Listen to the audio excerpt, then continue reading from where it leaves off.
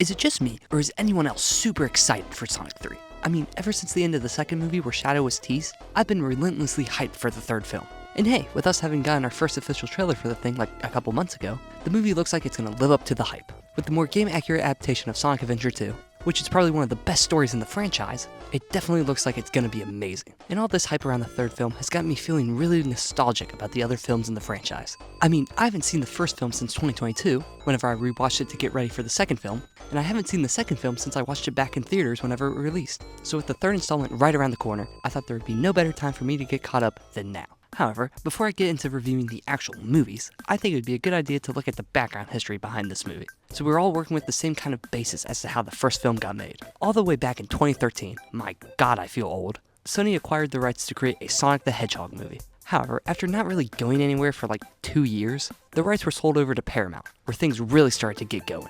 After getting the rights, Paramount wasted no time in getting this thing into production. And in 2018, we got our first teaser poster for the film. Now, I'll just go ahead and say what we're all thinking. What the fuck is that thing? Why does he look like a human? Why the fuck is he so muscular? And why the fuck is his forehead so big? Needless to say, people weren't really too keen on this teaser, and we're starting to get really worried about the movie. However, the people behind the movie assured the fans that things were going to be perfectly fine in the final movie. So I guess for now, all we had to do was wait for the first trailer for the thing. In early 2019, the first trailer for the movie released, and let's just say, things didn't go exactly as they planned. I'm sure most of you know this, but the fans absolutely hated this thing, rightfully so, and pretty much just shit on it from the moment it came out. Because of this, 3 days after this trailer was released, it was revealed that production of the film was going to be put on halt until they were able to redesign Sonic. We got our first little sneak peek of this redesign a few weeks later, when it was announced that Tyson Hesse was being brought onto the project to help redesign Sonic, as well as the new release date being Valentine's Day of 2020. This was super promising, not only because of Tyson Hesse being brought into the project, who is an absolutely amazing Sonic illustrator, but also by the little teaser we got within this announcement. He now had more exaggerated proportions, which works very well for Sonic, as well as actual gloves instead of stupid bare hands. However, we really wouldn't know how this redesign looked in motion until a future trailer for the film. And in early November of 2019, that's exactly what we got. In contrast to the first trailer, when this one was released, people absolutely loved it, with people praising it for how much better it looked. Needless to say, this positively helped the film a lot. And when it released in theaters on February 14th, 2020, right before the world shut down, people absolutely loved it. Now that we got a little bit of background information, I think we can finally get into the actual review part of this retrospective.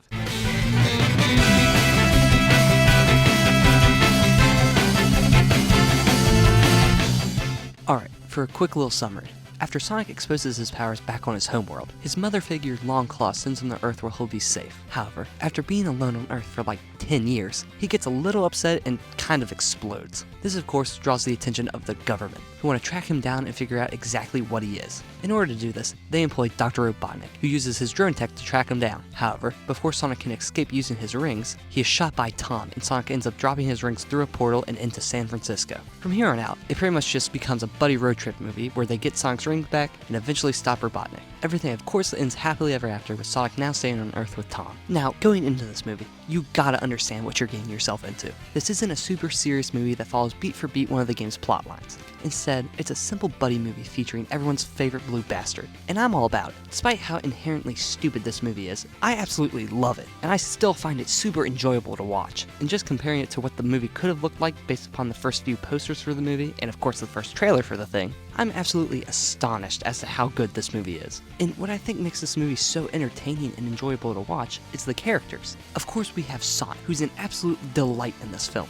I remember back in 2020 when I first watched the film, I wasn't super keen on his new voice, but as time has passed, I've come to really love how he sounds. It's mainly because of Ben Schwartz, who does an absolutely amazing job in this movie. I also love how they portray him as somewhat of a kid in the film, which goes along great with the theme of him trying to prove himself. I mean, just think about how weird it would have been if we got a more mature Sonic in this movie, kind of like Frontiers. It would have completely thrown off the vibes that they were trying to go for with his character. And speaking of Sonic, his design in this film is absolutely amazing. Despite how funny it would have been to see this absolute abomination run around the screen for 90 minutes, the final design that they created is just great. Thinking about it, it's actually so weird that we now live in a world where most people believe that a two-eyed, Blue Arm Sonic looks better than the game iteration that we've had forever. Anyway, I just believe that they did an absolutely amazing job with this redesign for this movie. It made him look a lot better than I or anyone could have ever expected. Tyson Hess, you are my savior. Another character that I think is just amazing in this movie is Robotnik. Now, when the first trailer released, I thought it was a little weird for Jim Carrey to be playing him, but in practice, he's probably the funniest part of the movie.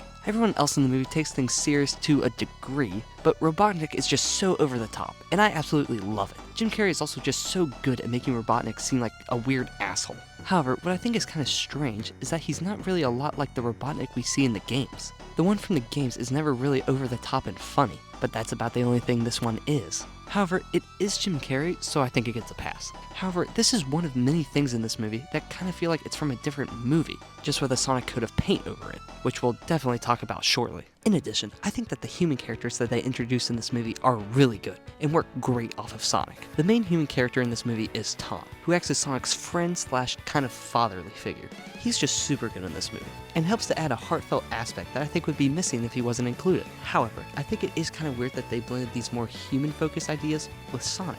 Now, that gets us into the idea that this movie is kind of a middle road in the video game movie genre. This movie at concept was clearly trying to make itself different from the games. However, I'm willing to bet at some time during development, they came to realize that people actually wanted a movie about Sonic, and not just a movie with Sonic in it. You can see this when directly comparing the first trailer we got from the movie and the final film. The Sonics in these iterations are clearly different, with the original one from the trailer trying to act super tough, kinda like early 2000s Sonic. However, in the final film, we got a Sonic that's much less serious and much more jokey than his previous iteration, which I think is a very welcome change. However, TLDR, despite how kind of stupid this movie is, I still really enjoy it. And with me having thoroughly enjoyed this movie on my rewatch, I can't wait to see how the studio pushes this odd little franchise forward in the next film.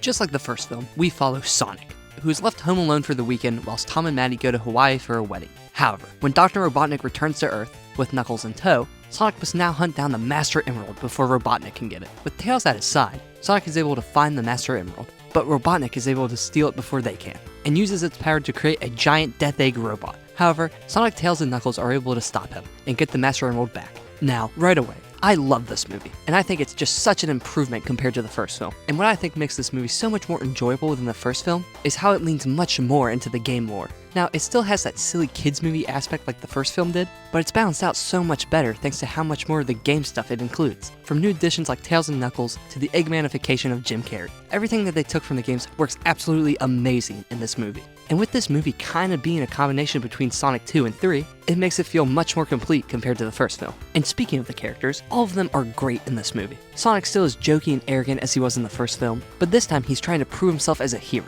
which I think works really well. And the returning Tom and Maddie really help with this idea of Sonic becoming a hero. Tom and Maddie now act more like his parents, which I think is just so much of a better idea than them being his friends. This creates a tighter-knit relationship between them, which I think really helps the more emotional parts of this movie. Tails and Knuckles are also super good in this movie. Tails is pretty much the same as we see him in the games, except here he's a little bit less of a pussy, but you can be sure he still glazes Sonic at every opportunity he gets. I swear, every interaction between them involves Tails glazing him for no reason, which I find extremely funny, but I don't really think it's supposed to be. Knuckles is also fantastic in this movie. He's a little bit dumber than he usually is in the games, which is actually a welcome addition, but they balance that out well with him being a die-hard soldier. Both of these characters bounce off the already established characters super well, which makes the film so much better. However, the best character in this movie, and the character who made me laugh my ass off the most, was Robotnik. He's much more Eggman-y this time around than he was in the first film, which makes him so much better. I already liked him in the first movie because of how over-the-top Jim Carrey played him, but it's dialed up to 11 here. He's much more of a crazy mad scientist than he is in the games, but it actually works super well with how over-the-top Jim Carrey is. So I just think it works super well. He also just makes me laugh insanely hard, probably just because I really like Jim Carrey. Anyway, there's not much more to say than this film is just absolutely amazing. I mean, with all the game things that they put in this movie, it's pretty much a Sonic fan's wet dream. And with Shadow appearing at the end of this movie, and with Sonic 3 looking like it's going to be a pretty close adaptation of Sonic Adventure 2, it looks like this franchise is going to go even deeper into the game lore. However, before we can get there, we need to hit our required streaming service series for the franchise.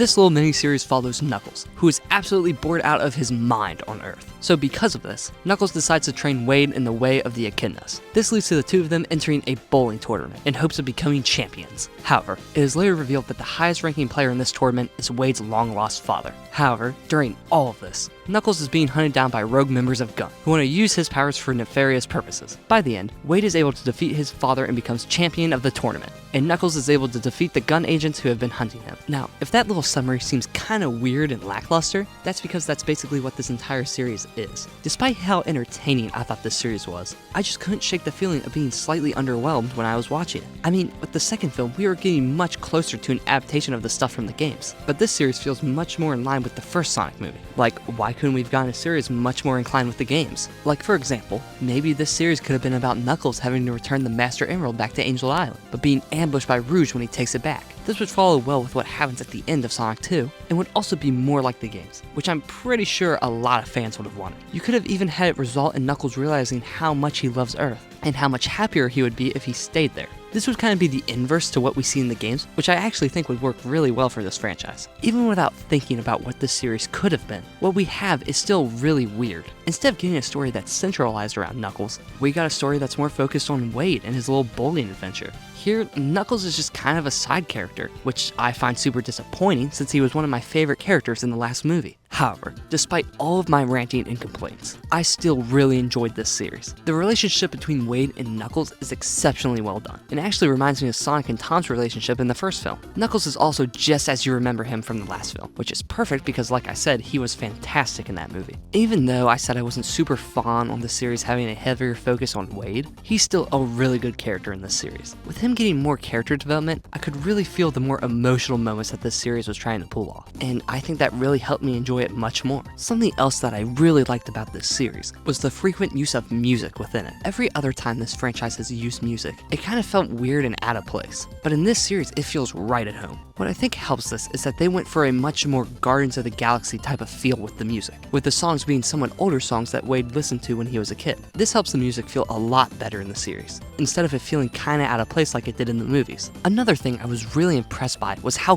good Knuckles looked. I know the visuals in the movies are generally very good, except for whatever the hell they were trying to do in their original version of the first movie, but I really expected things to be slightly downgraded for this series. However, Knuckles looked really good, and just as high quality as he did in the second film. However, if none of that rambling made any sense, even though this movie is flawed and a little dumb, I still really enjoyed it, and I recommend if you like the other two movies in this franchise, then you should check out this little mini-series. And that's it for now. With the third movie coming out in about a month, and with it looking like it's going to take heavy inspiration from Sonic Adventure 2, there is plenty to look forward to. I hope you guys enjoyed this little look back at the movies, and hey, hopefully you learned something that you didn't know through all my rambling. But don't worry, I'm not done yet. By the time the third movie comes around, I'll definitely be ready to talk about this little blue bastard once again.